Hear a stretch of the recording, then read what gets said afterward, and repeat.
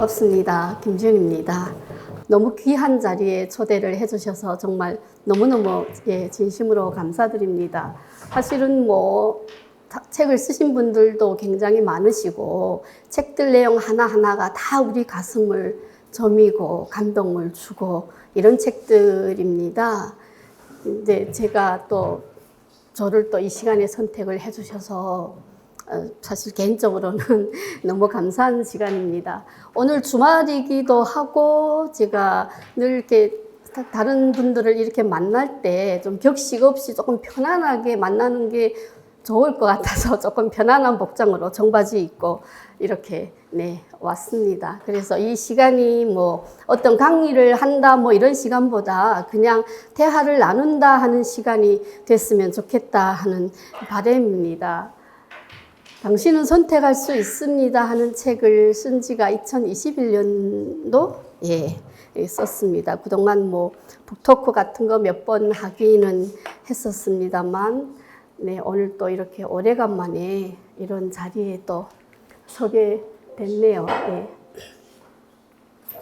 저는 함경북도 청진시에서 청진의학대학 고려의학부, 한국의 한의과대학에 해당하는 고려의학부를 졸업을 하고 의사로, 내과의사, 소아과의사로 한 10년 정도 일을 하다가 탈북을 했습니다.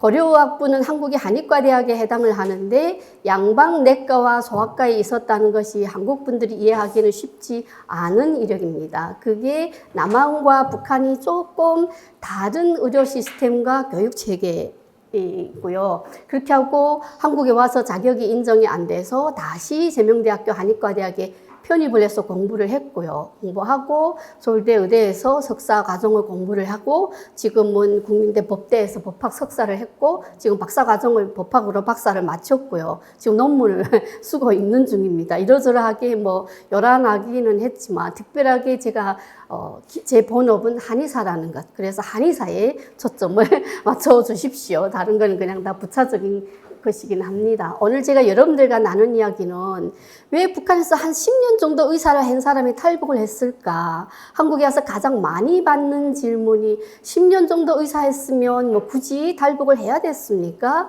이런 질문을 가장 많이 받습니다. 그래서 그런 부분에 대한 거랑 많은 탈북민들이 중국을 비롯해서 한국에서 고생을 많이 하겠지만 저는 고생이라기보다 저보다 훨씬 더 많이 고생을 하신 분들이 많으세요. 그래서 그분들처럼 저도 고생했어요. 이렇게 말씀드리기는 조금 죄송스럽고요. 그래서 한국에서 어떻게 대한민국을 알았고 내가 한국까지 오게 된 결심을 어떻게 했느냐 이런 부분 하고요. 그렇게 하고 한국에 와서는 그러면 좋았느냐 어떻게 정착을 했느냐 이런 부분이랑 그리고 앞으로 지금까지 어떻게 살아왔고 당신이 네가 지금까지 살아왔던 삶의 중심에는 뭐가 있었느냐 이런 부분에 대해서 조금 여러분들과 나누려고 합니다.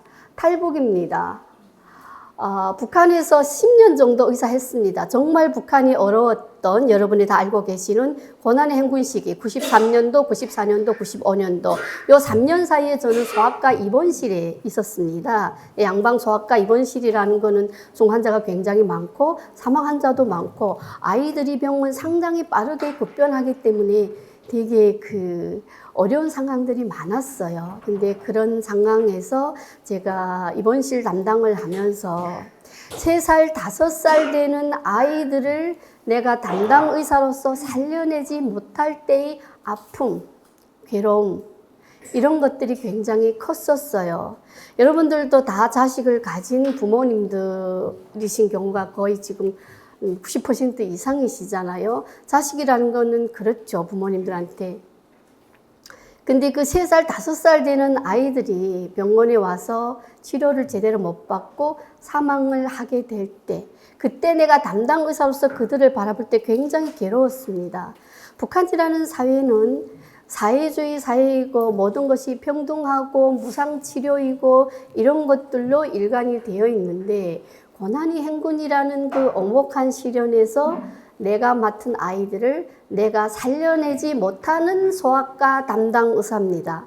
아침에 출근할 때 또는 저녁에 퇴근할 때 내가 맡은 배드 8개 배드 중에서 내일 어떤 아이의 얼굴을 못 보게 될까? 그런 마음을 가지고 퇴근을 하고요. 아침에 출근할 때는 그 아이일까? 아니면 다른 아이가 그 밤 사이에 우리 곁을 떠났을까? 이런 아픈 마음을 가지고 출근을 합니다. 출근하자마자 급히 가운을 갈아입고 회진을 하죠. 피골이 상접한 아이들이 담당 의사를 저를 쳐다볼 때 그 눈빛, 아, 저 선생님은 나의 이 괴로운 고통을 해소해 줄 수 있지 않을까, 이렇게 쳐다보는 듯한 눈빛입니다. 문을 열고 들어가면 어제 퇴근할 때 걱정했던 아이가 없을 수도 있고 전혀 다른 아이 베드가 비어있는 경우도 있습니다. 그런 과정 중에 회진이라 해서 어떤 처방을 내릴 수 있는 상황이 아니었고 그냥 한번 휙 둘러보면서 아이들과 눈을 맞추는 정도, 그렇게 하고 나올 때 되면 그 뒤에 꽂히는 그 강렬하고 애절하고 짜릿한 눈빛이 말할 수 없는 마음속의 고통, 번거로움, 회의감, 나 뭐 하는 거지? 이런 생각이 듭니다. 3살, 5살 되는 아이들이 아무것도 없어서 치료받지 못해서 사망을 할 때 그이들이 담당 의사인 제가 할 수 있는 일은 죽어가는 내 새끼 가슴에 안고 엉엉 울고 있는 그들이 부모들과 같이 울어주는 것. 그 이상 제가 할 수 있는 일이 없었어요. 그때 제가 그런 생각을 했었습니다. 아, 이 상황을 탈피하고 싶다. 당시 20대 후반이었어요. 나 이 상황을 견디기 어려워. 보기 힘들어. 이렇게 하는 상황이 그때 당시 있었습니다. 그런 상황에서 이후에 저도 여러 가지로 병원 사정이 어려웠고 먹고 살기 어려우면서 아, 나도 북한을 한번 떠나볼까 할 때는 한국에 가야지 이런 생각은 전혀 아니었고요. 북한이 아닌 다른 세계는 어떨까? 그때 당시 탈북민들이 많이 생겨나면서 중국에 갔다가 잡혔다가 다시 북한으로 들어오면 노동단련이나 이런 데 갔다가 다시 또 나오면 다시 또 중국으로 가는 거예요. 그런 걸 보면서 저기에 뭐가 있어서 저 사람들 저렇게 중국으로 자꾸 갈까? 이런 생각을 했던 것이 제가 북한을 떠나게 된 이유 중에 하나였고요. 그 다음에 두 번째로 저희 아버지는 북한에서 32년간 노동당원이셨습니다. 그래서 아버지는 당에 충실하신 분이셨고 저도 아버지 뜻대로 당에 입당을 하려고 많이 노력을 하고 있었는데 아버지께서 이제 책에서도 나와 있겠지만 저한테 어느 때인가 편지를 2개 주셔요. 우선 첫 번째 편지는 우리 병원 당비서한테 드리는 편지입니다. 이 편지, 우리 아버지가 저희 병원에서 노동자로 그 보일러에서 이렇게 식당에서 보일러 불 때는 노동자로 일을 하셨어요. 그래서 아버지도 그 같은 당비서인 거지. 아버지 당비서나 제 당비서나 같은 비서였어요. 편지를 저한테 주시면서 이 편지를 당비서한테 갖다 주라. 편지를 읽어보니까 거기에는 제 딸을 당에 바칩니다 하는 편지가 있었어요. 그게 첫 번째 편지였고 당에 입당을 준비하고 있던 제 입장에서는 그 편지가 굉장히 고마웠죠. 그로부터 며칠이 지난 다음에 아빠께서 다른 편지를 저한테 주셨어요. 중국에 있는 친척들이 주소를 그 편지에 쭉 적으셨고 언젠가 길이 있으면 이 주소를 가지고 여기를 떠나라 하는 앞에서 주셨던 편지와는 전혀 상반되는 편지를 저한테 주셨죠. 당시 저는 입당을 준비하고 있었기 때문에 당에 굉장히 충실한 여러 가지 노력들을 하고 있었던 상황인데 이런 편지를 아버지한테서 받았을 때의 그 배신감, 아버지에 대한 실망감, 노여움, 왜? 이해할 수 없는 아빠의 그동안 그렇게 존경했던 아빠의 그런 모습들이 상당히 저한테 충격이었어요. 근데 아빠 왜 그러십니까? 갑자기. 이런 질문을 제가 아빠한테 드릴 사이도 없이 저한테 편지를 전달한 그날부터 아버지께서 9일 동안 단식을 하시고 숨을 그냥 탁 끊으셨어요. 어떤 것도 제가 아빠한테 물어볼 수가 없었고 아빠에 대한 원망이 그냥 가슴속에 가득 차 있는 상황에서 이후에 한 세월이 흘렀죠. 한 5년 정도 지나서 그때가 94년도 김일성이 사망했던 7월 8일 지나고 그 해 8월 13일 날에 아빠께서 세상을 떠나셨습니다. 이후 한 5년 정도, 6년 정도 지나는 과정에 병원 상황도 굉장히 어려웠고 북한 상황이 점점 더 어려워지면서 그때 나도 처음으로 아빠 편지가 생각이 나는 거예요. 다시 그 편지를 그때 꺼내들었죠. 중국으로 가볼까? 이 사람들은 왜 이렇게 중국으로 다니는 거야? 나도 가볼까? 이런 생각을 하면서 제가 그때 당시 저한테 6살 되는 아들이 있었습니다. 아들한테 엄마 중국 가서 먹을 거 구해올게. 어린이집 가서 엄마 갔다 올게. 이렇게 하고 제가 북한을 떠난 거예요. 그렇게 하고 다시 돌아가지 못했습니다. 6살 된 아들한테 그렇게 말하고 왔죠. 북한을 떠납니다. 예. 이 그림은 제가 한국에 와서 한의원을 처음 개업을 하고 처음 그렸던 그림입니다. 제가 그림을 되게 못 그려요. 그래서 학교 때 다른 성적은 다 좋았는데 늘 그림 성적이 안 나와서 선생님께서 제 성적표랑 저를 손잡고 그 그림 선생님한테 가서 얘가 다른 성적이 다 좋은데 이것 때문에 얘가 올탑을 못하니까 성적 좀 올려달라고 계속 이랬던 거 있었거든요. 그래서 그림에 대한 제 컴플렉스가 있습니다. 근데 한의원을 개업을 하고 여러 가지 스트레스 많이 받으면서 마음이 번거로우니까 그림을 좀 배워볼까? 사실은 서예를 할까? 그러면 마음이 안정되겠지 하는 생각을 하면서 서예를 하려고 그 아이들이 다니는 학원에 찾아갔더니 서예 하는 데는 없고 선생님이 그림을 그리라 해서 처음 그림을 그렸고 이거 아크릴 그림인데요. 처음 그렸던 그림이었는데 그냥 무작위하게 사진을 선생님 쑥 주니까 여기서 하나 골라보세요 하고 고른 게 이 사진을 골랐고 그걸 보고 그리기 시작했는데 완성이 이렇게 됐습니다. 그때 선생님이 그림을 보고 미술 선생님이 뭉크의 작품 같아요. 뭉크가 누군지는 모릅니다만 어떤 작가인가 봅니다. 그래서 제가 근데 선생님 삶 같습니다. 이런 말도 하셨어요. 근데 보니까 그렇구나. 어둠을 뚫고 빛을 향하여 가고 있었던 나의 어떤 삶에 대한 어떤 한 토막이 아닐까? 이런 생각이 들었습니다. 무의식 중에 제가 이 그림을 선택을 했나 봐요. 아무튼 그래서 제가 북한을 떠나서 중국으로 왔다가 다시 미얀마, 라오스, 태국을 거쳐서 한국까지 이렇게 오게 됩니다. 이런 과정을 거쳐서 중국이라는 곳은 북한에서는 굉장히 가까운 곳이죠. 물리적으로도 가깝고 심리적으로도 비교적 한국보다는 상당히 가까운 곳입니다. 제가 앞에서도 말씀드렸지만 6살 되는 아이를 두고 오면서 엄마 갔다 올게. 그때 아이가 눈물 똑똑 떨구면서 그냥 아무 말도 안 하고 입 꼭 다물고 서 있더라고요. 근데 나는 갔다 온다고 생각을 했기 때문에 근데 중국에 와서 보니까 중국 사정이 북한보다 완전히 다른 거예요. 정말 충격을 받았던 거는 그 연변에 있을 때 어떤 집에 잠깐 머무른 적이 있었는데 그분이 하루 세끼 해주는데 이 밥에 고깃국을 주는데 미안하잖아요. 남의 집에서 밥 얻어먹는 게. 근데 밖에 보니까 그 얼어있는 고기 덩어리와 밥 덩이가 밖에 있는 게 보였어요. 그래서 어머니 저거 데펴서 먹어요 하니까 그거 사람 먹는 거 아닌데? 그럼 저거 누가 먹어요? 그거 개가 먹으라고 내놨는데 개가 느끼해서 안 먹는다 이러더라고요. 그 순간에 저는 내 손에서 죽어갔던 그 많은 아이들이 생각이 나는 거예요. 저 밥 한 그릇 한 숟갈만 있으면 그 아이들이 살아나는 아이들 몇 명은 있었을 건데. 북한에서는 어떤 사람들이 이렇게 먹을 수 있을까? 중국에서는 개도 안 먹는 이 밥에 고깃국. 북한에서는 어떤 사람들이 먹을 수 있을까? 군인, 경찰, 노동당원, 어떤 사람도 365일 저렇게 남아서 버릴 수 있는 정도로 먹는 건 없습니다. 그럼 우리 삶은 뭘까? 걔보다 못했나? 제가 너무 비약적으로 생각했는지 모르겠지만 엄마, 걔보다 못한 인생이잖아. 이런 생각을 하면서 그 순간에 자기가 지나왔던 삶이 싹 잊어버려졌어요. 그게 제가 나 다시 북한 돌아 안 갈래.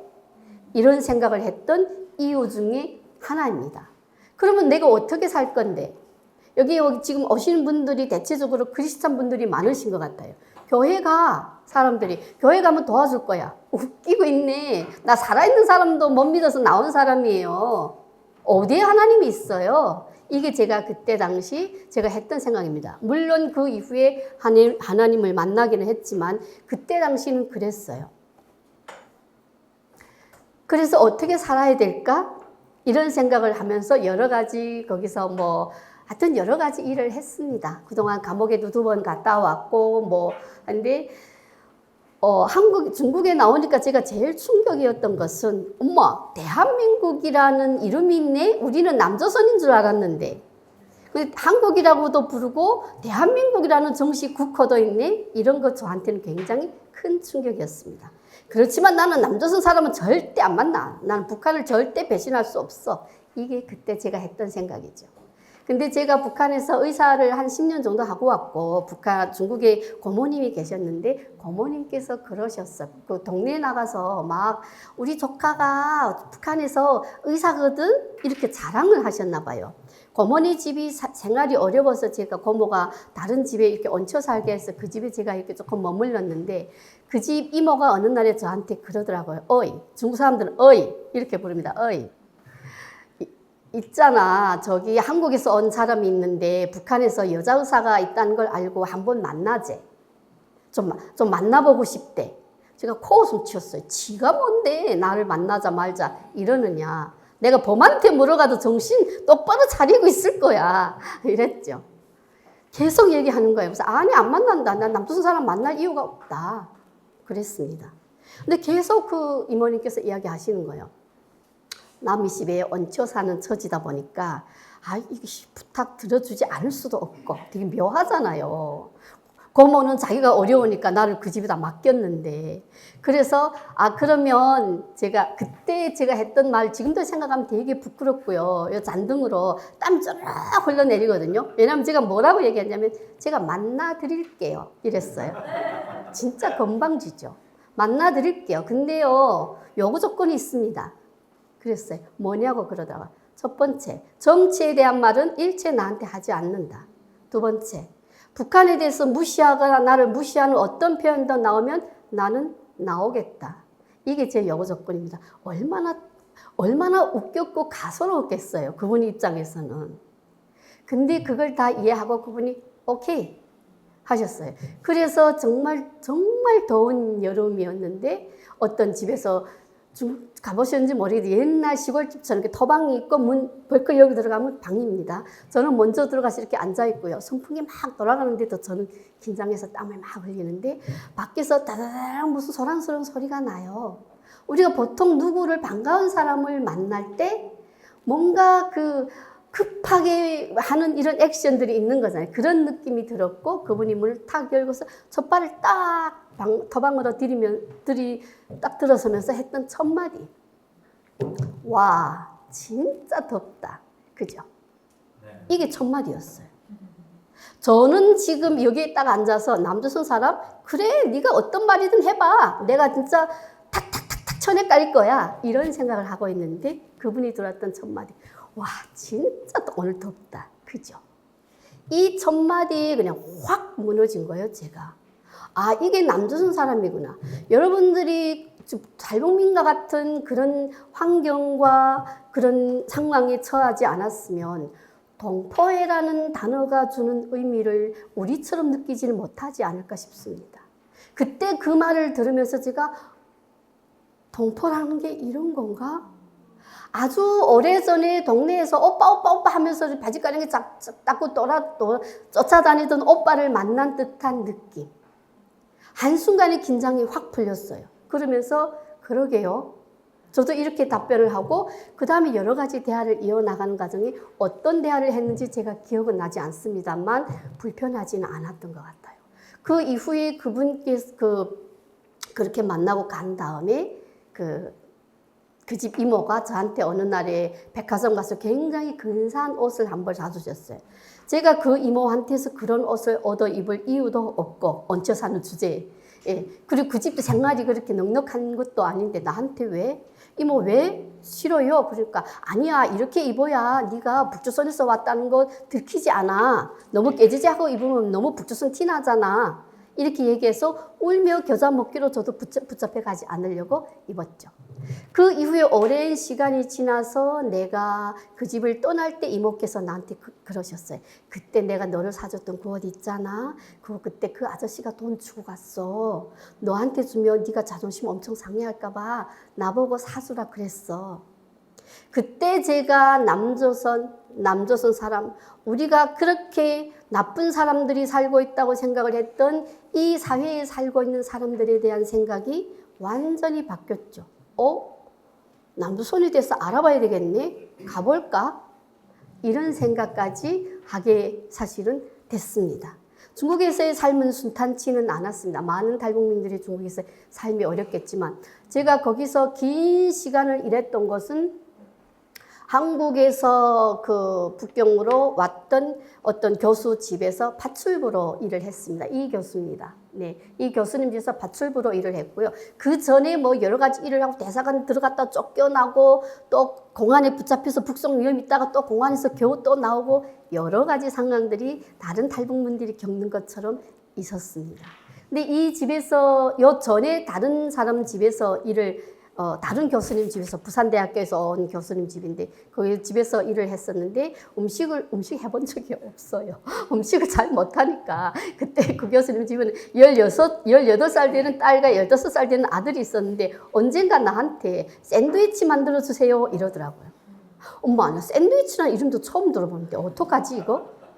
그때 당시 북경에 있는 어떤 지하에 그냥 사람들이 얼망졸망하게 진짜 더러운 곳에서 저도 이렇게 간이 침대 하나 놓고 이렇게 쪽잠 자고 이렇게 있었을 때예요. 거기 가게 되면 거기서 파출부로 일을 하는 사람들이 많습니다. 그래서 같이 막 어울리고 하거든요. 근데 그 사람들과 안 어울렸어요. 어울리다 보면 나에 대해서 얘기해야 되고 나에 대해서 얘기해야 되면 북한에서 왔다 말 자연스럽게 해야 되고 이러니까 애초에 섞이지 않았었죠. 근데 이 샌드위치를 만드는 방법을 내가 알아야 되는 상황이 온 거예요. 할 수 없이 그분들이 하는데 이렇게 가서 뭐 여러 가지 말을 돌리면서 샌드위치 이런 말도 했고 대충 어떻게 한다는 걸 얻어 들었죠.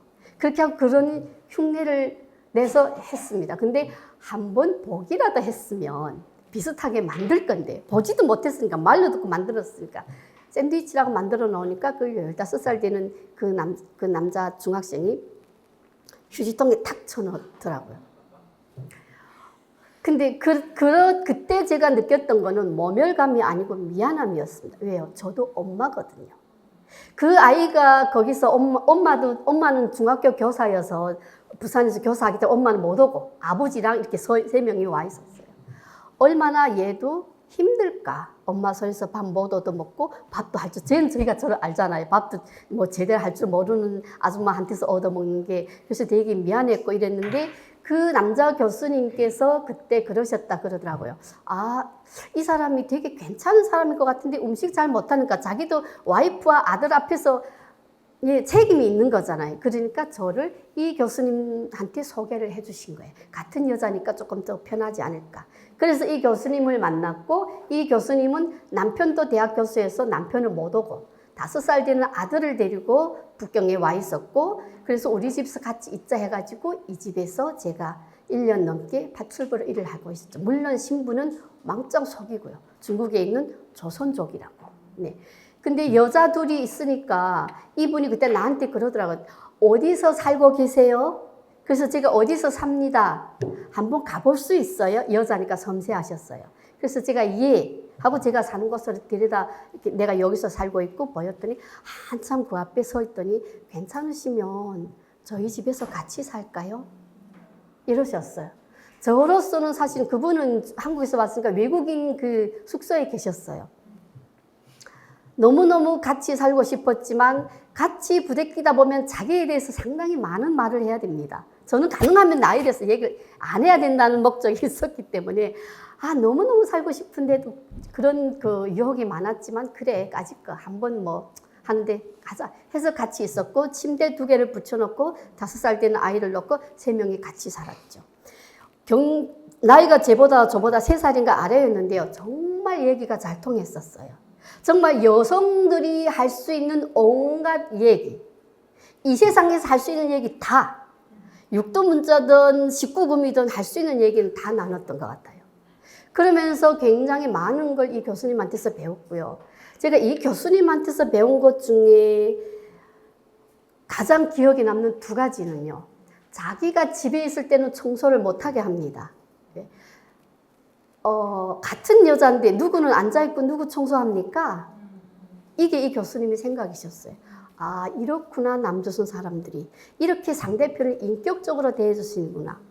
두 번째로, 늘 어디 가서 자기가 쇼핑하게 되면 슬리퍼 하나, 아니면 립스틱 하나, 뭐 싼 반바지 하나라도 제거 같이 사다 주셨어요.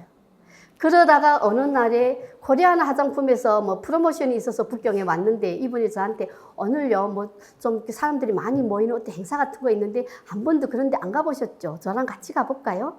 이래서 같이 갔었는데 그런 프로모션 행사고 와인잔 딱 들고 이렇게 다니면서 뭐 마시면서 화장품에 대해서 소개도 하고 듣고 이렇게 뭐 발라도 보고 이런 장소였는데 그때 이분이 거기 와 있는 말하자면 사교겠죠.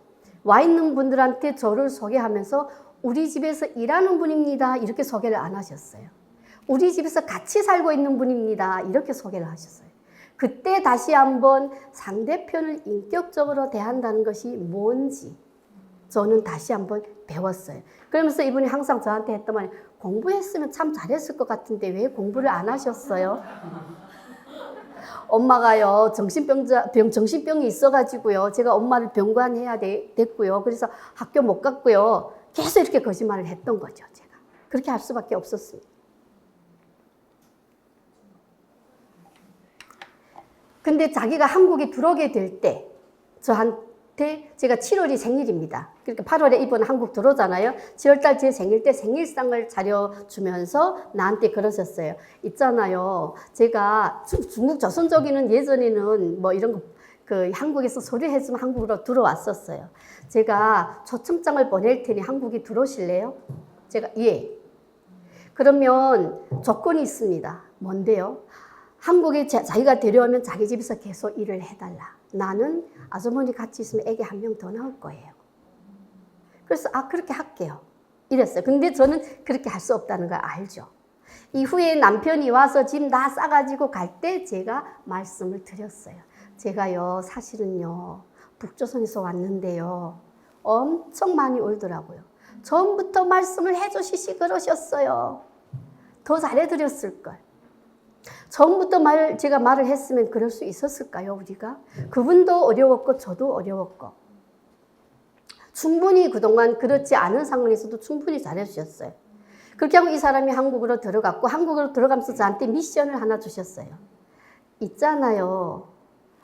북경에 한국문화원이라는 곳이 있는데요. 거기 가게 되면 한국에 대한 여러 가지 정보를 볼 수가 있거든요. 거기 한번 가보세요. 이렇게 하고 한국에 들어왔고, 한국에 들어와서는 자기가 가르치는 학생 중에 달북민이 있네? 예, 좀 와. 나 이런 사람 데려올 것 같은데 너는 어떻게 왔니? 사람 한 명 데려오고 싶은데 방법 좀 알려줘. 그러니까 그 친구가 브로커를 소개해줬고, 브로커한테 가서 나 사람 데려오겠습니다. 돈은 내가 내겠습니다. 무조건 책임적으로 데려와 주세요. 하셨습니다. 이 교수님께서. 그렇게 하고 저를 한국으로 데려왔고, 돈 자기가 내고, 저도 물론 와서 돈을 다 갚았어요. 지금은 언니 동생하고 굉장히 가깝게 지내고 있고요. 여기 대학에 가서도 내가 강의를 하고 아주 자주 만나고 있어요. 자주 통화를 하고. 그때 5살 됐던 아이가 지금 25살. 이제 어라장 장가를 갑니다. 이 남자분이 제일 처음에 제가 있었을 때 남자분, 이분은 제가 한국에 올 때까지 제가 북한 사람인 건 몰랐죠. 이 여자분이 말씀 안 하셨으니까. 제가 한국에 도착해서 전화 드리면서 제가 사실 북한에서 왔습니다. 그러니까 저분이 들고 있었던 전화기를 팡 하고 떨궜다 그러더라고요. 여기 2020년도 11월 3일 날 우리 만났을 때 남자 선생님은 그날 처음 만났고요. 그리고 이 여자 선생님하고는 그동안 계속 만나고 있었고, 그때 저 남자 선생님이 저한테 하는 말이, 그때요, 제가요, 음식을 너무 못해가지고 걱정을 많이 했는데 이 사람이 괜찮다고, 제가 어떻게 저를 아무것도 모르면서 이 여자 교수님한테 소개를 해주셨어요. 그래서 저에 대해서 뭐 안다고 소개를 해주셨어요. 그러니까 제가 잘 모르는데 이렇게 뭐 여자들이 쓰는 거 뭡니까? 가계부. 가계부를 제가 되게 꼼꼼하게 썼나 봐요. 그걸 보면서 아, 이 사람은 뭔가 사연이 있는데 기본적으로는 기본은 돼 있는 사람이구나. 근데 사연이 좀 있는 것 같네. 그냥 보내기는 좀 아쉬운 것 같아서 소개를 해줬다. 그래서 그때 내가 샌드위치 딱 던졌던 아이가 이제 장가 갔대요. 가끔 방송에서 내가 나오는 걸 보면서 내가 그랬나? 안 그런 것 같은데? 이런다 그러더라고요. 근데 저한테는 그게 기억이 남죠. 근데 저는 그때 속상했다기보다 늘 그 친구한테는 미안한 마음이었고 지금 되게 잘 지내고 있습니다. 그렇게 하고 저는 한국에 들어왔습니다. 이분이 저를 한국에 데리고 들어오셨죠. 중국에서 있을 때 나는 무조건 대한민국에 가야 돼. 대한민국은 꿈이 그 사회였고 저기 가게 되면 그냥 잘 살 수 있을 거야 하는 막연하지만 희망을 걸어볼 수 있는 곳이 대한민국이었습니다. 화려하죠, 한국이. 네, 고층 건물이 줄비하게 늘어서고 있지만 그 가운데서 늘 공허하고 허전한 느낌이 드는 것도 사실입니다. 한국에 살고 계시는 분들도 아마 그러실 거예요. 근데 저희 같은 사람은 완전히 혈혈단신에 아무도 없이 와가지고 인천공항에 딱 비행기가 떠서 15분 후에 인천공항에 착륙합니다. 내릴 준비하십시오 할 때 그 심정. 중국에 있을 때는 내가 다시 북한으로 갈 수도 있다. 근데 한국에 와서는 이제 정말 언제 갈지 모른다. 내가 자라났고 내 부모의 무덤이 있고 내 사랑하는 형제가 있고 무엇보다도 내 살붙이 내 아들이 있는 곳. 그곳을 언제 다시 갈 수 있을까? 내 평생 한번 가볼 수 있을까? 어쩌면 영원히 가지 못할 수도 있다는 막연한 불안감. 그걸 가지고 인천공항에 뚝 떨어졌습니다. 그렇게 하고 한국 생활을 시작을 했죠. 쉽지 않습니다. 제가 제일 처음에 취직한 화려한 외국계 회사. 한국에 와서 제가 6월달에 주민등록증을 받아가지고 생활을 했는데 6월 한 말쯤에 우리 교회 아는 그 집사님이 저한테 한국 사람들은 어떻게 사는지 그 사람들이 어떤 생각을 하는지 한번 가봅시다. 집에서 뭐 하고 있습니까? 이래서 저도 심심하고 그러던 차에 따라갔죠.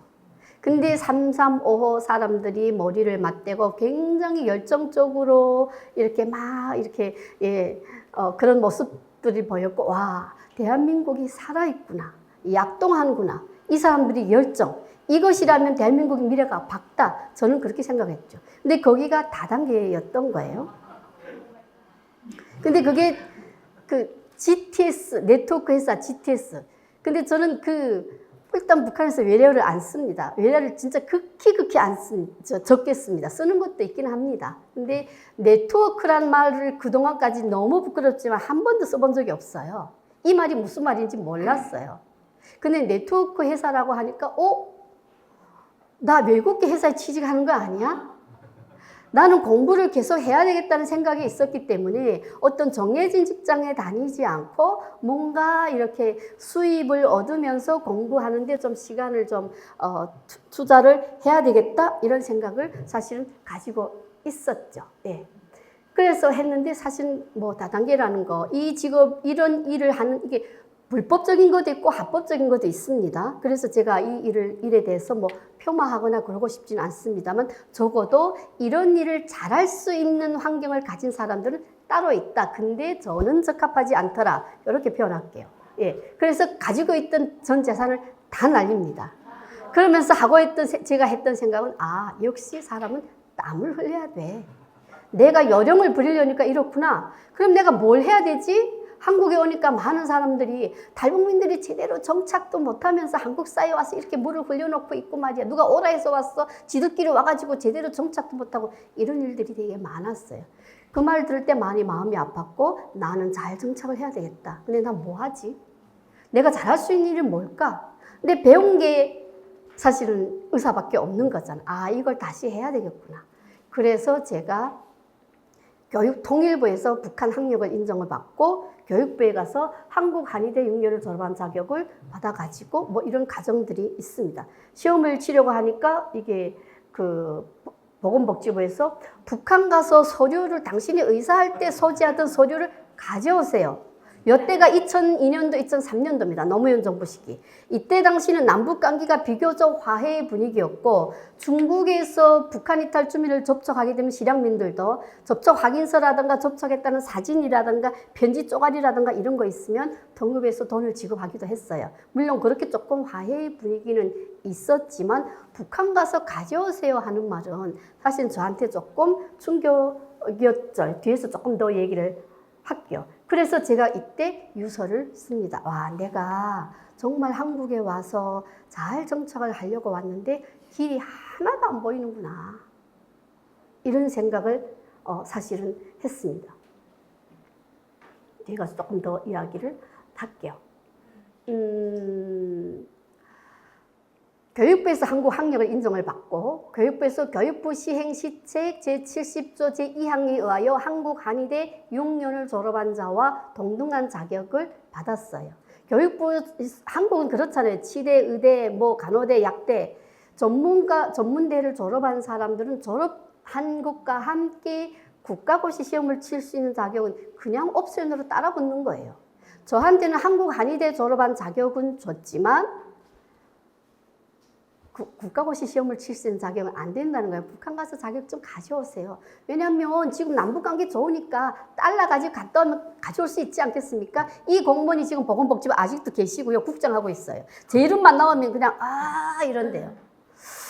그래서 제가 그때 당시 물론 그분이 저한테 북한 갔다 오라는 생각은 하지 않았을 거예요. 그냥 탈북민이니까. 이 정도 말하면 나가 떨어지겠지. 제가 표현이 좀 과격합니다만 그렇게 생각을 했을 거라고 저는 감히 추측을 하고 절대 가만히 있지 않을 거야. 내가 너 그 말 책임져야 돼. 그래서 이분한테 제가요 그러면 북한 갔다 올게요. 근데 제가 지금 대한민국 주민등록증을 가지고 있습니다. 북한에 갔다 오는 경우 국가보안법과 어긋나지 않는다는 서류 발급해 주실래요? 갔다 올게요. 그건 또 못한대요. 그럼 어떡합니까? 한의대 편입해서 공부하래요. 오케이. 그럼 편입해서 공부하려고 한의대에 갔습니다. 한의대에서는 여러분들 알고 계신지 모르겠는데 한국은 같은 전공을 2번 공부할 수 없어요. 학부로. 한의대에 가니까 한의대에서는 그러는 거예요. 대한민국 법이요. 같은 전공을 2번 할 수 없다. 당신이 이미 교육부에서 한국 한의대 6년을 졸업한 자와 같은 자격을 받았기 때문에 안 돼요. 다른 과를 공부하세요. 그럼 어쩌라고. 이런 생각을 했죠. 한국에 와서 제가 와 진짜 북한보다 대한민국이 이런 점이 정말 좋아 했던 것이 뭐가 있었냐면 민원 창구가 굉장히 활성화되어 있습니다. 그쵸? 뭐 이런 구청, 시청 이런 데 뭐 오프라인으로도 민원 창구가 다 이렇게 되어 있고 온라인으로도 장관에게 바란다. 구청장에게 바란다. 뭔가 내가 말을 하고 싶다는 마음만 생기면 할 수가 있습니다. 그게 실행이 되느냐 안 되느냐는 다른 문제죠. 북한은 전혀 그런 게 안 되는 거잖아요. 그런 모습들을 보면서 제가 대한민국은 정말 열린 사회야. 이런 민원이 정말 잘 됐다. 이런 것들을 되게 대단하다 하고 생각을 하고 있었는데 안 좋은 모습은 그럼 뭐냐. 내가 왔던 2002년도에 왔는데 그 해 11월에 수능을 2교시 보고 고등학생 2명이 13층에서 투신합니다. 그런 모습들을 보면서 대한민국 부모들이 자식들을 망치는구나 저는 이렇게 생각을 했어요. 대학이 뭔데? 꼭 대학 가야 돼? 왜 얼마나 압박을 줬으면 아이들이 저럴까? 자살을 왜 하는 거야? 우리는 대한민국이 좋아서 왔는데 왜 이 사회는 자살하는 사람이 많지? 이런 생각을 사실은 했었죠. 근데 이 상황이 되니까 제가 죽고 싶은 마음이 드는 거예요. 예. 학연 지원으로 연결된 사회이기도 하지만 우리가 국가기관에 민원을 넣을 때는 학연 지원이 아무것도 없어서 국가밖에 내가 이거 해결해 줄 데 없습니다 할 때 민원을 넣게 되죠. 근데 공무원이 딱 틀이 바뀐 것만 딱 하면서 요래서 안 되고요 저래서 안 되고 이렇게 하니까 그냥 아이씨 이런 생각이 들어서 유서를 썼죠. 물론 유서를 쓰고 제가 다시 썼다가 한 30초, 1분? 뭐 그 정도만 시간이 지났다면 아마 지금 내가 이 자리에 서 있지 못했을 겁니다. 옆에 있는 다른 사람의 도움으로 제가 사실은 이 자리에 다시 서게 됐죠. 이게 제가, 그래서 그 이후에 제가 안 되겠다 이렇게 해서는 다시 삶을 고쳐서 생각을 하면서 내가 지금까지 저를 돌아보게 됩니다. 한의사 아니면 안 돼. 이런 생각만 했잖아요. 한의사 아니면 이 세상 못 삽니까? 대한민국 사람이 다 한의사입니까? 이런 건방진 생각이 어디 있어요. 그냥 오직 그냥 자존심 생각만 한 거예요. 난 무조건 한의사잖아.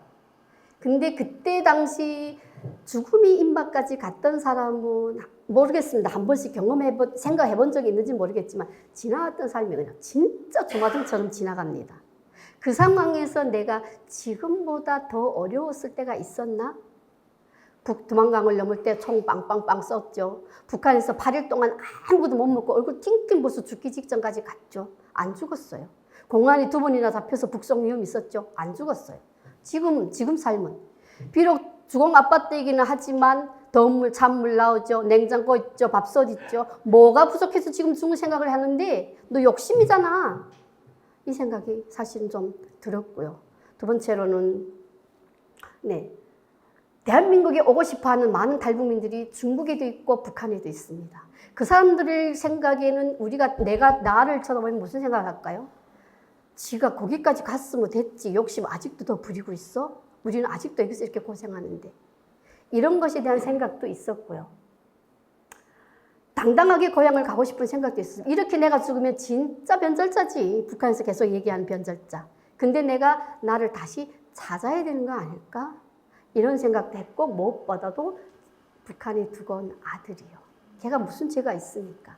엄마가 아무 말 없이 휙 하고 온 것도 그런데 지금 나중에 엄마가 이런 식으로 자기 목숨을 책임성 없이 버렸다는 거 생각하게 되면 걔한테 나는 뭡니까? 이 책임성 없는 부모가. 이런 생각도 하고 여러 가지 생각을 하던 중에 옆집에서 그 옆집 아줌마하고 옆집 남편이 우리 집 문을 뜯고 들어왔어요.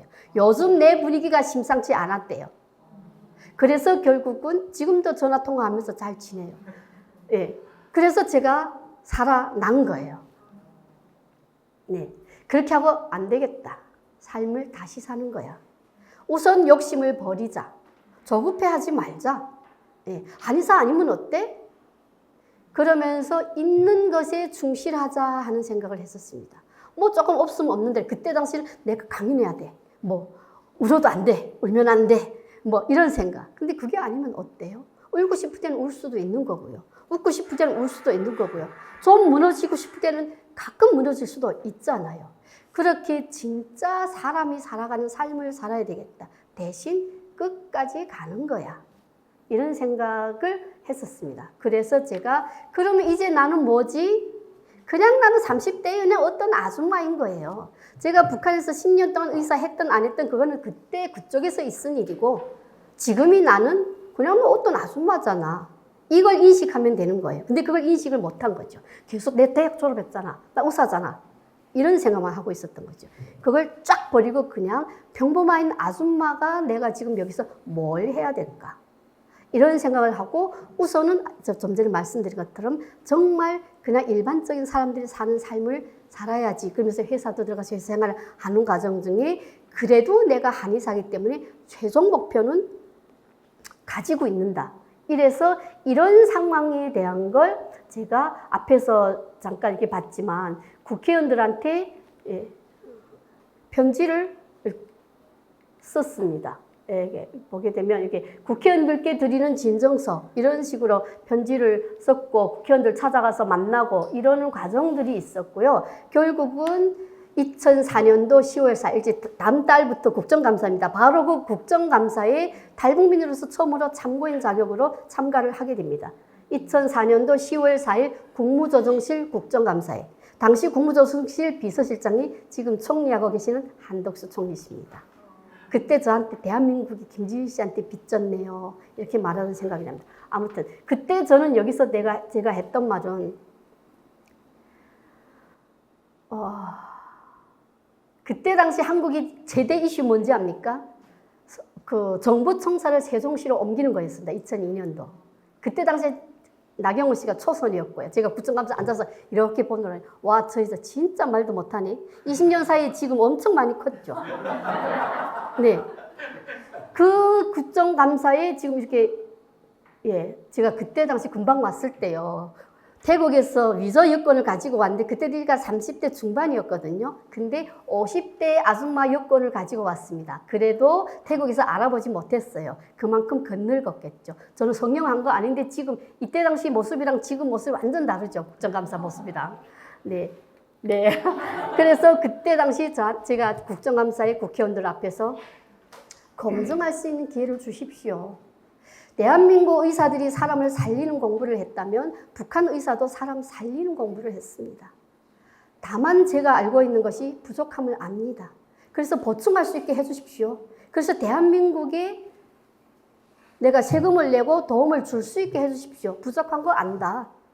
지금 세종시 옮기는 문제가 대한민국에서 큰 문제인 건 알지만 그거는 지금 당면 문제고 대한민국 한반도의 통일, 북한이라는 나라를 앞으로 어떻게 해야 될까 하는 거는 한반도가 우리가 끝까지 가지고 나가야 될 일이고 그러려면 지금 한국에 와 있는 탈북민들을 우리가 어떻게 대하고 어떻게 관리하고 우리를 통해서 북한이 하고 있는 교육 또는 다른 어떤 시스템, 보건의료 이런 것들을 우리가 잘 만들어서 데이터베이스 해놔야 20년, 30년 뒤에 후대들이 그걸 보고 뭘 하지 않겠느냐.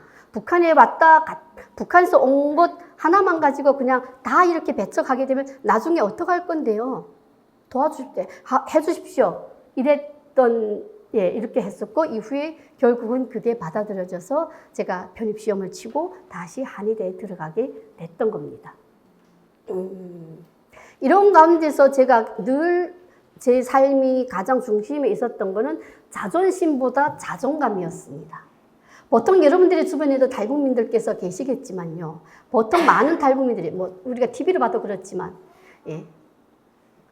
자존심 빼놓으면 시체지, 이런 말 많이 합니다. 네, 저도 처음에 그랬잖아요, 중국에서. 근데 제가 이렇게 여러 가지 과정을 거치면서 생각했던 건, 아, 자존심이라는 건 정말 잘 관리하지 못하면, 지혜롭고 관리하지 못하면 굉장히 오만하고 건방져 보이구나. 그럴 바에는 나 자존심 버려. 대신 자존감을 가질 거야. 그럼 당신이 생각하는 자존감은 뭡니까? 이렇게 물어봅니다. 제가 생각하는 자존감은 모를 때 솔직하게 모른다고 얘기하는 거예요. 제가 잘 모르겠는데요. 좀 도와주실래요? 이럴 때 대한민국 어떤 사람도 저한테 아니 당신 북한에서 의사시키나 했다는 게 그것도 몰라? 이렇게 말한 사람이 단 한 명도 없었습니다. 다 제가 잘 모르겠습니다. 나 알고 싶은데요. 좀 도와주세요 할 때 누구나 다 진심으로 도와줬습니다. 그게 제가 여기까지 오게 됐던 굉장히 중요한 대한민국 사람들이 내 주변에 있는 많은 사람들이 저를 위해서 베풀어 주셨던 호입니다. 진심으로 감사드리고요. 그렇게 하고 새롭게 미래를 시작을 하죠. 예, 이게 제가 국회에서 얘기를 하면서 20년, 30년 뒤 대한민국을 준비해 주십시오. 그 시작을 탈북민들과 함께 해 주십시오. 북한에는 지금 100만 명의 인테리들이 있습니다. 그들이 한국과 완전히 다른 교육을 받았겠지만 왜 그런 교육을 받았고 그 교육을 앞으로 대한민국이 하나가 된다면 우리가 그들을 써먹을 수 있을지 어쩔지 하는 거는 우리 같은 사람을 통해야 알 수 있는 거지. 그때 당시에 가서 이제 다시 한번 살펴봅시다. 이렇게 하게 되면 몇십 년이 지나가는 거예요. 그런 걸 생각하지 않고 그냥 탈북민이라는 것 때문에 그냥 안 돼.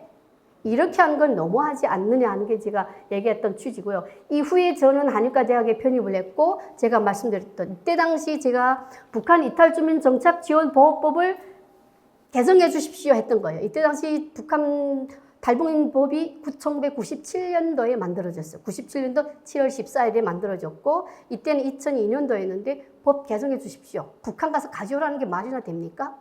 이렇게 해서 이후에 그게 개정이 됐고 제 이후에 오는 다른 탈북민들은 저처럼 한의대를 공부하지 않고도 국가고시 시험을 치면서 의사생활을 할 수가 있었던 거고 그래서 제가 북한에서도 한의과대학 정규과정을 나왔고 한국에서도 한의과대학 정규과정을 나오다 보니까 남북한 통합 한의사 1호다 이렇게 붙이는 겁니다. 물론 북한에서도 한의사 했고 한국에서 한의사 한 분들이 꽤 많이 있으십니다. 그럼에도 불구하고 통합 한의사 1호라 한 거는 양쪽이 정규과정을 모두 공부했다는 의미입니다. 그래서 저는 가끔은 헛소리 할 때 있죠. 나 7천만 명 중 한 명이거든. 네, 이런 말 할 때가 있습니다. 이렇게 하고 저는 대학을 졸업을 했고요. 졸업할 때 사실은 엄청난 감동이 밀려왔습니다만 시간이 다 가니까 네, 한의원을 개업을 했고 이 신발은 제가 처음에 한의원을 개업을 한 첫날부터 신던 신발이고요. 그 부천에 있는 한의원을 폐업할 때까지 이걸 벗지 않았습니다. 지금 근데 원장님 신발 바꾸세요. 그거 25,000원이면 삽니다. 안 바꿨어요. 예, 너무나도 저한테는 애착이 많이 가는 그런 거였습니다. 그렇게 하고 제가 앞에서도 말씀드렸지만 나 대한민국을 위해서 뭔가를 해야 돼. 또는 힘든 사람들을 위해서 뭔가를 해야 돼. 그동안 우리 교회랑 같이 또는 다른 교회랑 같이 해외 봉사를 한 해에 한 번씩 코로나 때문에 제거리 못 가고 있는 거고요. 그렇게 계속 다니면서 불우하다는 표현이 조금 좀 그렇긴 합니다만 어려운 상황에서 치료를 못 받는 사람들한테 작게나마 지금도 한국에서 뭐 지금 몇 년째 다니고 있는 또 그 대한학교도 있고요. 그만큼 제가 할 수 있는 거는 하자 이런 마음으로 지금 살고 있고요. 지금 저는 새로운 선택입니다. 제가 말씀드렸지만 저는 법학으로 석사를 받았고 법학으로 박사 과정을 다 마쳤고 지금 법학 논문을 쓰고 있습니다. 제가 법학 논문을 쓰고 하는 거는 남북한 의료 통합이 중요하다고 생각을 하고요. 코로나를 겪으면서 우리가 느꼈지만 이 세상의 모든 생명이 이제 하나입니다. 중국 우한에서 발생했다 해서 중국만이 문제가 아니라는 거죠. 북한에서 발생했다 해서 북한만이 문제는 아닙니다. 가장 먼저 영향을 어디가 받을까요? 대한민국이 받습니다. 북한에서. 그렇기 때문에 북한 보건의료가 지금보다 나아져야 되는 것은 1차적으로 북한한테 좋은 거죠. 그렇지만 미래지향적으로는 대한민국도 이득이다. 그리고 북한 사람들이 건강해야 거기서 지금 살고 있는 10대, 20대, 30대 이들이 건강하게 성장을 해야 한국이 10대, 20대, 30대와 같이 앞으로 20, 30년 후에 강건한 대한민국을 만들 수 있는 거죠. 그때 만약에 통일이 됐을 때 북한 아이들이 비실비실 해가지고 이러면 한국에서 지금 우리가 노인 인구 많아져서 한국 젊은이들이 부담되는데 북한 애들까지 걷어 안아야 됩니까? 그렇기 때문에 저는 북한 보건의료 개선이 중요하다 하고 계속 지금 설파를 하고 있고요. 그를 위해서 어떤 체계든 시스템이든 정책이든 만들어야 된다. 그러면 그거 하기 위해서 가장 중요한 건 뭐냐? 가장 기초적인 뼈대는 법이다. 법이 있어야 그 법의 기초에서 정책이 나고 시스템을 만들지 않겠느냐 하는 게 제 생각이어서 제가 법학을 지금 전공을 해서 하고 있는 거고요. 네, 뭐 여러 가지 일들을 뭐 하고 있죠. 이거는 그냥 솔직히 그냥 솔찬히 자랑. 예, 이렇습니다. 저는 인생은 마라톤이라고 생각합니다. 많은 사람들이 저한테 너 성공했잖아. 제가 성공했나요? 저는 돈도 없습니다. 어렵게 삽니다. 네, 이런 표현이 조금 웃기기는 하지만, 예, 그냥 웃자고 하는 얘기고요. 성공이라는 것이 어떤 느낌인지 모르겠지만, 정말 내가 가지고 있는 생각과 가치관이 저는 되게 괜찮다 하고 생각하고 있기 때문에, 그게 성공이라면, 나는 성공했습니다.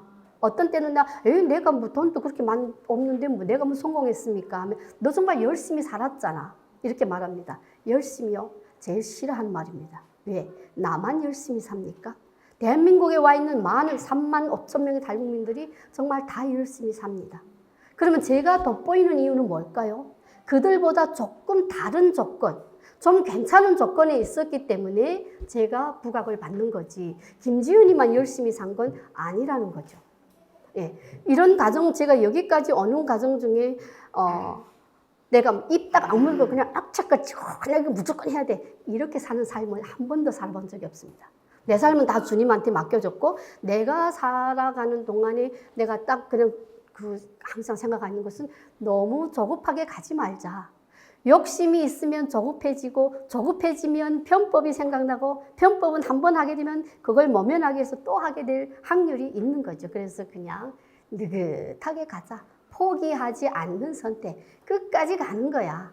그러다 보니까 제가 좌우명을 인생은 마라톤이다. 마라톤이 묘미는 뭡니까? 인내, 끊기, 완수입니다. 첫 바퀴 아무리 빨리 갔다 해도 그 이후의 속도를 맞추지 못하면 1등 할 수가 없고요. 마지막 바퀴에 속력을 낸다 해서 1등을 할 수가 없습니다. 늘 자기 페이스를 유지하면서 와야 종주하는 거죠. 근데 여러 가지 운동 경기들이 다 선수들이 열심히 하지만요. 제가 마라톤을 특별히 여기에 자꾸 삶을 빗대는 거는 꼴찌로 들어와도 박수 받는 운동 경기는 마라톤이 그래도 유일하지 않을까? 이런 생각합니다. 왜? 정말 오는 과정 중에 다른 사람들이 내 옆을 확 지나갈 때 얼마나 포기하고 싶었겠습니까? 힘들 때. 근데 끝까지 포기하지 않고 다리를 질질질질 끌고 들어왔던 그 시간에 대한 찬사, 그 과정에 대해서 국민들이 주는 박수 소리가 아닐까. 어떤 결과도 아무리 좋은 결과라도 과정이 나쁘면 나쁜 거라고 생각을 하고요. 이 결과가 내 마음에 들지 않아도 그 과정이 아름답고 순수하고 가치가 있었다면 그거는 결과에 상관없이 저는 박수 받을 수 있다고 생각을 합니다. 저는 인생은 그렇다고 생각을 사실 하고 있죠. 마지막입니다. 이건 뭡니까? 게임이죠. 게임이에요. 무슨 게임이에요? 틀린 그림 찾기. 그렇죠. 뭐가 틀렸나요? 그림이 네, 그렇죠. 그림이 좀 틀렸어요. 이쪽 저쪽 보게 되면 뭔가 틀린 거 우리가 찾을 수 있습니다. 왜 틀렸습니까? 그러면 이거 왜 틀렸나요? 이거 틀림으로 해서 어떤 문제가 발생합니까? 그냥 다른 거죠. 네. 이 그림을 지구상, 저도 이 게임을 굉장히 좋아하거든요. 딱 눈이 이렇게 하면서 휴대폰으로 이렇게 하는 게 되게 시간 잘 갑니다. 그래서 되게 좋아하는데요.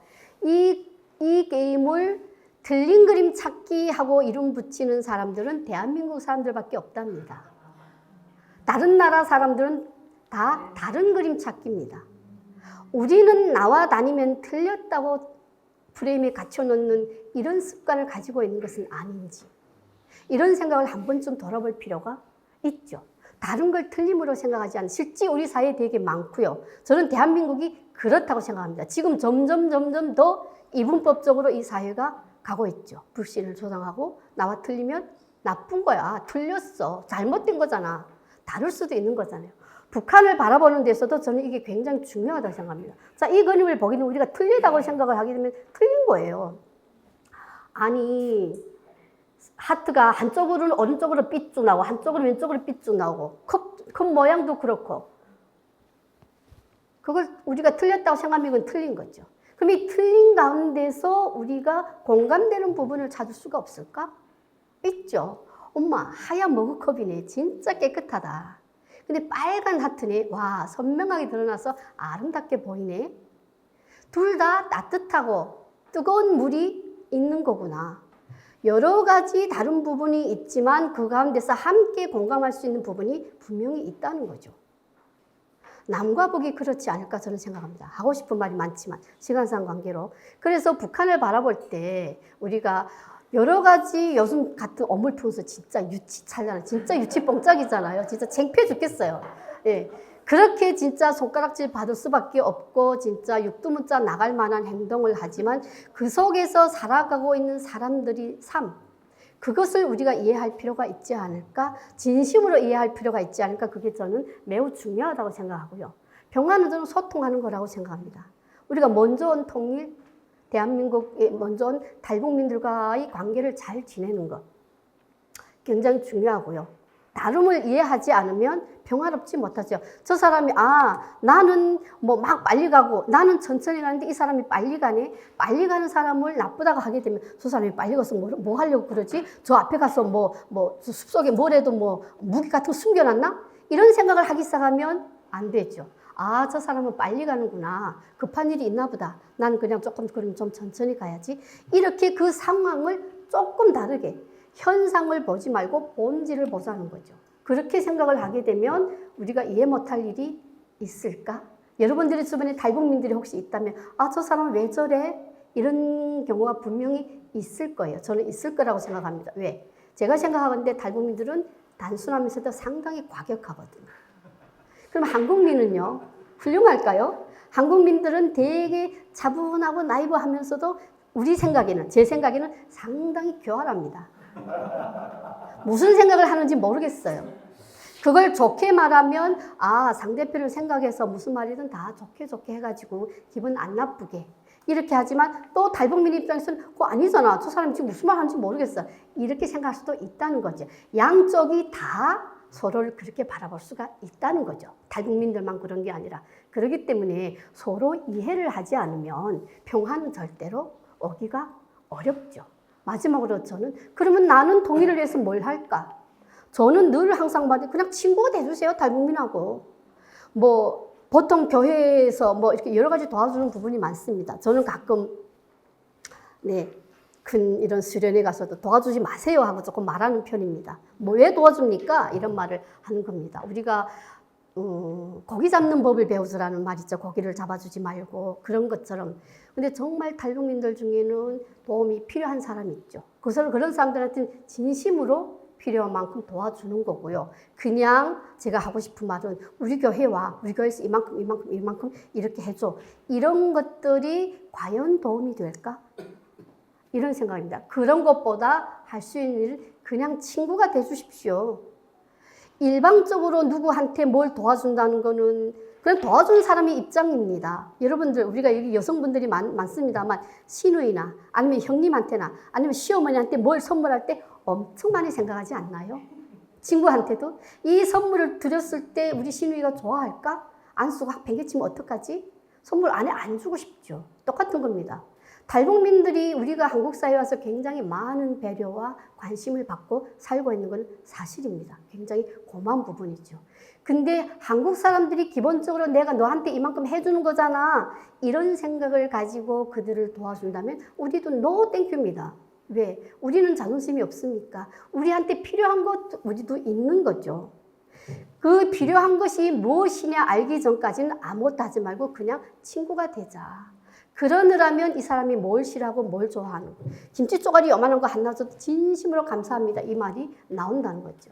근데 뭘 니들은 생각하지 않고 그냥 우리가 이만큼 해주잖아. 왜 탈북민들은 감사할 줄 몰라? 내가 해달라 했어요. 나 그거 필요 없거든요. 우리도 이럴 수 있는 권리가 있다는 겁니다.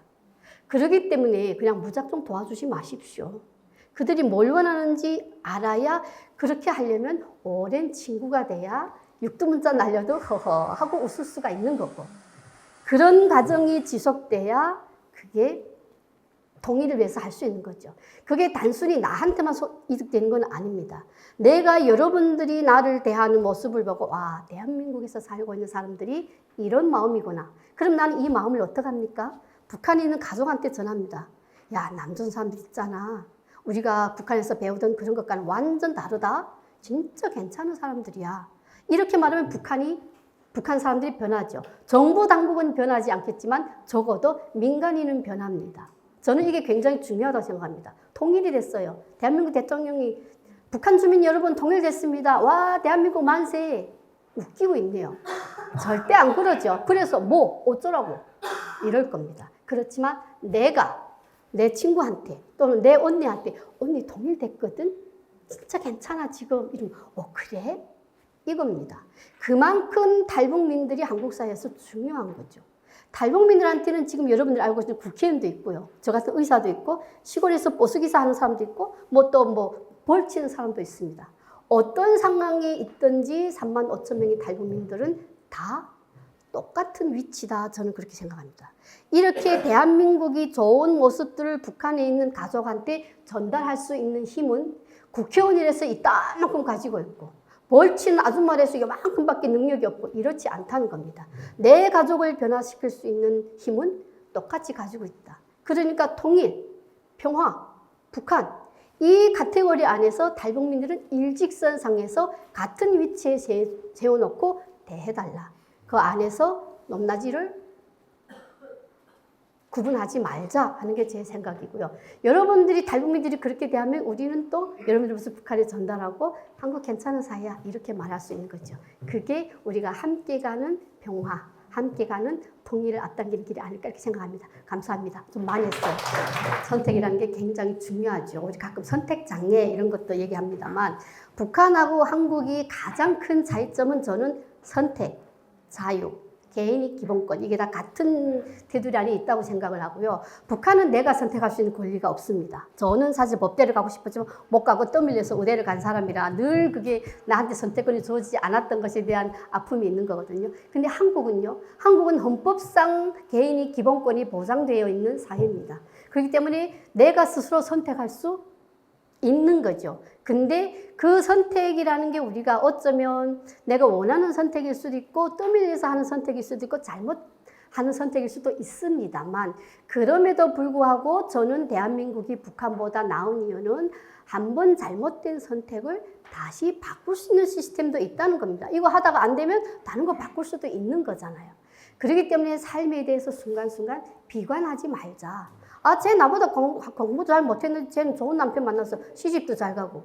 이런 것들이 비교 조건이 안 되지 않겠느냐. 근데 쉽지는 않죠. 우리가 살아가는 가정 중에. 그러니까 누구나 다 자기 삶을 선택할 수가 있다. 그리고 그걸 바꿀 수도 있다. 이런 거는 북한이 감히 할 수 없는 대한민국의 시스템이기 때문에 이런 시스템 안에서 살고 있는 여러분들의 삶은 다 소중하다. 그러니까 삶에 비관하지 말자. 약간 이런 느낌입니다. 제가 말씀드리면 믿으시겠습니까? 네.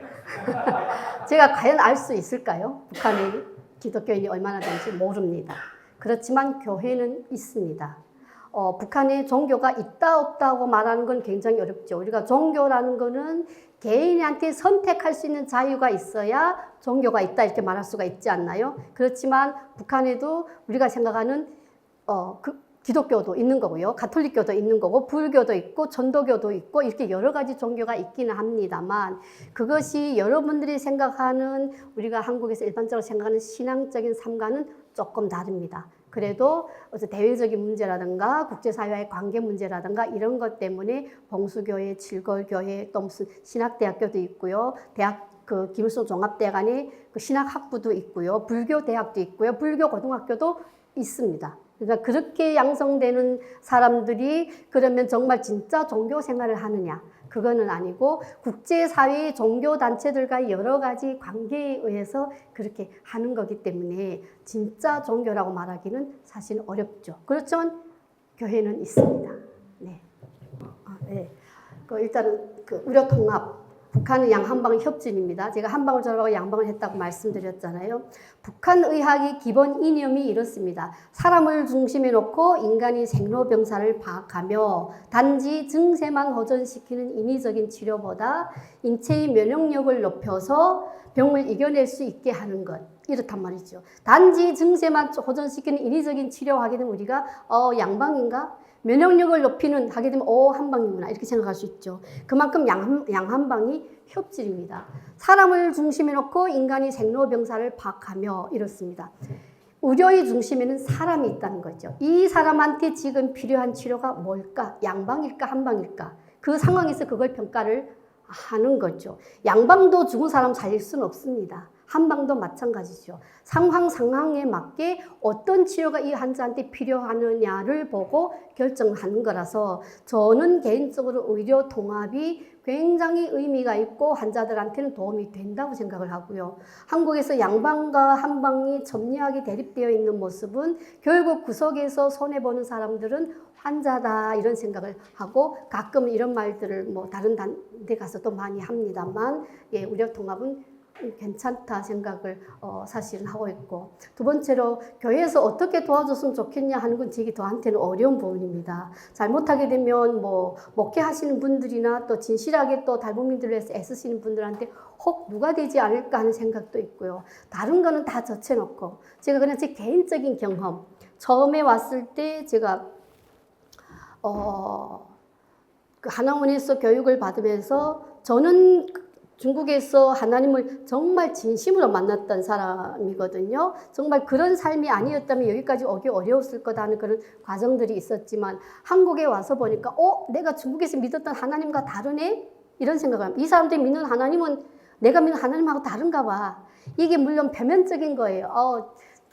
주말 되면 주일 되면 예쁜 옷 입고 성경책 끼고 갔다가 쑥 오고 나 교회 갔다 왔어 이런 것들이 어떤 하나의 쇼맨십처럼 보일 때도 있었어요. 그래서 그런 것들이 있어서 처음에는 내가 믿고 있는 하나님은 아닌가 봐. 사실 이런 마음이 좀 있어서 한동안 또 안 다니기도 했다가 또 막 중보기도 하면서 또 다시 다니고 아무튼 이런 과정이 있는데 제가 그냥 얘기하고 싶은 거는 이런 교회도 있고 저런 교회도 있고 여러 교회들이 있긴 하지만 무조건 우리 교회에 와. 이게 과연 도움이 될까? 저는 잘 모르긴 합니다만 그냥 하나님은 한 분이신 거잖아요. 너네 하나님 나누고 너네 하나님 다르고 이렇지 않는데 너는 우리 교회 와야 돼. 저쪽 교회 가면 안 돼. 물론 그게 그 사탄이나 이런 사이비 교회는 그렇긴 하지만 그래도 기왕적으로 그 사람이 신앙생활을 하는 거라면 북돋아주고 이래야 되는데 그거보다도 제가 처음에 왔을 때 그 교회 가면 안 돼요. 이런 식으로 했던 것들이 굉장히 부작용이 있었어요. 저한테는. 왜 이 사람 하나님은 다르고 저 사람 하나님은 다르지? 이런 생각이 들어서 이런 식으로 쪽을 캐는 거라면 그냥 나 집에서 그냥 기도하고 찬송가 부르고 그냥 성경책 볼래. 그냥 이렇게 생각을 했던 거고 탈북민들을 교회에서 도와주는 거 너무너무 고맙고 바람직한 일이라고 생각하지만 정말 도움이 필요한 사람한테는 진심으로 도와주되 그렇지 않은 사람은 가능한 자기절로 일을 하고 먹고 살 수 있는 방향에서 컨트롤을 좀 해주면서 잡아줬으면 좋겠다. 그렇게 해야 그 사람이 진심으로 이 사회에서 커갈 수 있지 않을까. 그리고 그 사람이 믿는 교회가 진심으로 그 사람이 그 교회 다니면서 진심으로 하나님을 알아가지 않을까 이런 생각을 하는데 사실은 탈북민들이 신앙생활이 쉽지 않습니다. 북한이 종교국가라고 하지만 북한에서의 그 종교는 아니라고 자기는 말하지만 북한 시스템과 우리 교회 시스템이 상당히 비슷한 부분이 많아서 그런 것들에 대한 탈북민들을 컨트롤하기가 되게 어렵기 때문에 한국 교회에서 그건 되게 어려울 거라고 생각을 합니다. 그럼에도 불구하고 해야 되는 것이 우리가 해야 될 일이 아닐까 이렇게 생각합니다. 부모한테 아들은 정말 크죠. 6살 때 본의 아니게 두고 왔는데 결국은 14년이라는 세월이 흘렀고 그 사이에 아들하고 계속 통화를 조금씩 하고 있었어요. 근데 오라 하니까 얘가 안 오겠다 그랬고 어느 날에 엄마 나 지금 갈래 이렇게 해서 결국은 제가 6살에 헤어졌는데 20살에 한국으로 데려왔으니까 14년 만에 아이를 만났습니다. 아들입니다. 근데 이게 저도 그동안 계속 이렇게 혼자 있었지만 이제 내가 그 20살 되는 남자아이랑 아무리 자식이긴 하지만 한 집에서 산다는 걸 어떻게 이 문제를 해결할 수 있을까? 그 아이 마음속의 상처는 어떻게 풀 수 있을까? 굉장히 복잡하고 많은 그 과제들이 저한테 있었어요. 우선 하나원이라는 곳에 가서 처음 만날 때 보는 순간 이게 내 아들이구나 하긴 하지만 하나원은 군대처럼 면회를 합니다. 그래서 군대처럼 뭐 음식 만들어 가지고 갔는데 오랫동안 헤어져 있었기 때문에 내가 이 아이가 뭘 좋아하는지 모르니까 그냥 내가 좋아하는 거면 먹지 않을까 싶어서 제가 좋아하는 것으로 만들어 가지고 가서 이렇게 둘이 이렇게 마주 앉았어요. 제 입장에서는 그냥 얘가 20살이지만 6살 때 모습으로 그냥 저한테 보이는 거예요. 미안하지만 한 가지만 좀 부탁해도 될까? 그러니까 뭐냐고 그러더라고. 내 마음속에는 네가 그냥 6살인데 너무 오래간만에 만나니까 그냥 그 아이 때의 모습으로 나는 너를 대하고 싶고 첫 번째 밥은 내가 숟가락을 퍼서 너 입에 넣어주면 안 될까? 그랬어요. 그러니까 그렇게 하겠다더라고. 그래서 내가 숟가락을 떠서 이렇게 입에 넣는데 제 손이 막 떨리는 거잖아요. 아이가 내 손을 이렇게 잡아서 그 숟가락을 이렇게 빨면서 결국 거기서 아이도 울고 나도 울고 둘이 울었습니다. 네. 그렇게 하고 헤어졌죠. 그 다음에 이제 하나원이 있으면서 통화를 합니다. 제가 늘 한국에 와서 생각하는 거는 북한 남자들이 되게 투박합니다. 예, 그래서 이 아이도 투박한 그런 말씨와 투박한 마음가짐으로는 한국에서 여자 사귀기도 어렵고 쉽지 않겠다 싶어서 아예 처음부터 나긋나긋한 남자로 좀 변화시켜 보려고 그리고 북한식이 그런 것들을 좀 없애게 하려고 사실은 그랬죠. 그리고 내가 제일 해보고 싶었던 게 여러분들도 다 부모지만 한국에 와서 내가 부모로서 정말 해보고 싶었던 일은 자식들과 통화를 할 때 가끔은 우리가 아들 사랑해, 딸 사랑해 너무너무 해보고 싶었어요, 내가. 그래서 처음에 통화를 할 때 전화기에다 대고 아들 사랑해? 가만히 있더라고요. 아무 대답도 없는 거예요. 그럴만도 하죠. 아니 생판 엄마라고 해서 20년 만에 처음 보는 이 아줌마가 갑자기 아들 사랑해? 이거 되게 낯설잖아요. 가만히 있더라고요. 그러거나 말거나 끝까지 한다고 그 다음에 통화를 또 했어요. 아들 사랑해? 나도 좀 쑥스럽긴 하거든요. 그랬더니 뭔가 약간 그 수화기 너머로 뭔가 반응이 조금 들렸어요. 그리고 세 번째 만에 또 했어요. 아들 사랑해? 그러니까 예, 저도요. 이렇게 반응을 하더라고요. 그렇게 하고 이제 그 다음에는 이제 산원 교육을 다 마치고 이제 우리 집에 와서 같이 사는 판이죠. 이제 진짜 뭐 아들하고 엄마하고 아들이지만 남자와 여자랑 사는 거예요. 이게 쉽지는 않았어요. 저는 되게 자유롭게 있다가 갑자기 내 아들이지만 남자잖아요. 이게 어떻게 해야 되나 이런 생각이 들었고, 또 오랫동안 만나지 못하기 때문에 굉장히 서먹해질 수가 있어서 이 관계를 깨야 된다. 어떻게? 내가 엄마니까 내가 깨야지. 누가 깨겠나? 제가 마음을 이해해 주기를 바래? 그렇진 않잖아요. 그래서 그 첫날 밤에 딱 집에 와서 이제 오늘 밤부터 이 집에서 같이 살게 되는 상황에서 한 가지 부탁만 더 하자 그랬어요. 그러니까 뭐예요? 나는 계속 네가 6살이야. 미안한데 6살 모습으로 너를 한번 안아보고 싶어. 오늘 밤에는 내 발베개 하고 내 가슴에 안고 자면 안 될까? 그랬어요. 그러니까 조금 있더니 그렇게 하겠대요. 그래서 한 침대에 20살 된 머리통 이만한 아들을 한 침대에 넣어서 가슴에 꼭 안고 잤어요. 그때 당시 제가 했던 제 머릿속의 생각은 이 아이가 6살 때부터 얼마나 힘들게 20살까지 성장을 해요. 그걸 제가 다 이해할 수는 없죠. 나도 힘들었겠지만 그 아이가 더 힘들었겠죠. 내가 그걸 다 헤아릴 수 없지만 내 가슴에 안고 있는 그 순간만큼이라도 지나갔던 삶이 그냥 싹 잊혀졌으면, 엄마 품이 따뜻하구나 이걸 느꼈으면 좋겠다는 생각이 들었고요. 두 번째로 제가 했던 생각은 스킨십. 엄마와 아들이 아주 격이 없는 스킨십. 이것으로 나는 그냥 네 엄마고 너는 내 아들이야. 그러니까 이제부터 우리는 허물이 없는 거야. 이런 마음을 주고 싶었어요. 그렇게 하고 이제 10년이 넘었습니다. 한 번도 싸운 적이 없습니다. 너무 재밌게 살고 있습니다. 감사합니다. 감사합니다.